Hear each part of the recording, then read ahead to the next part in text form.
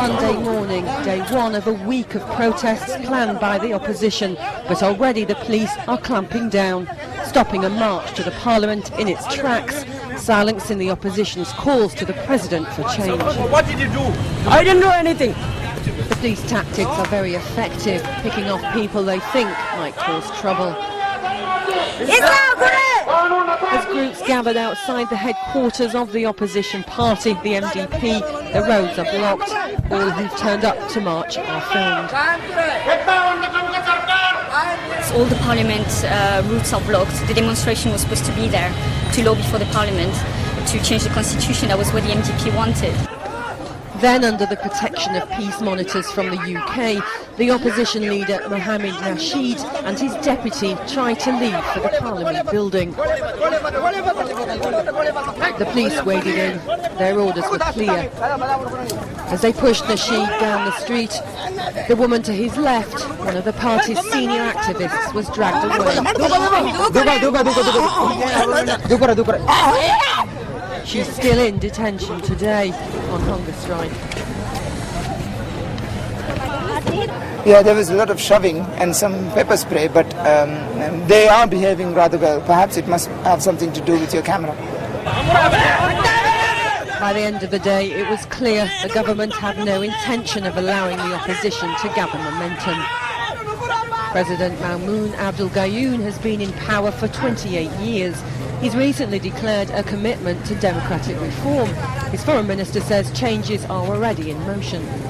I think things have changed very fast in this country. The amnesties, criticisms and other criticisms now are about 2 years old. And in that 2-year period, we have been able to achieve monumental changes here.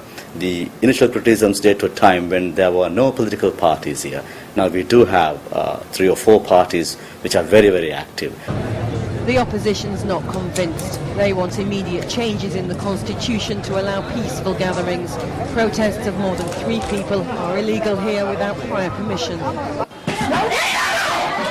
This video shows a midnight raid on the home of a pro-democracy activist. They dragged away his wife and 2 children for questioning.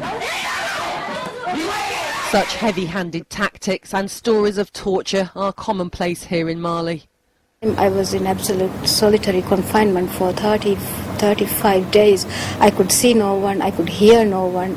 I did not know when the day turned to night and night turned to day. It's a far cry from the brochure pictures of this holiday paradise, from the honeymoon suites and scuba dive centres, a travel industry that accounts for 1/3 of the island's economy, improving the country's GDP and filling up the state's coffers. But most of the nation's 300,000 mostly Sunni Muslims who live in the island's crowded slum dwellings have seen none of the benefits.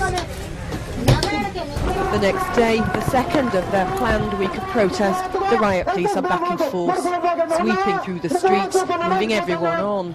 It leaves those people who believe change was about to happen demoralised. We want freedom. That's the things that we want right now.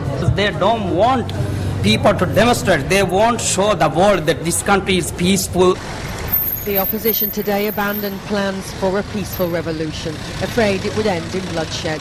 But in spite of a promise to bring democracy to these islands, it's clear President Gayoom is far from ready to accept any protest against his regime.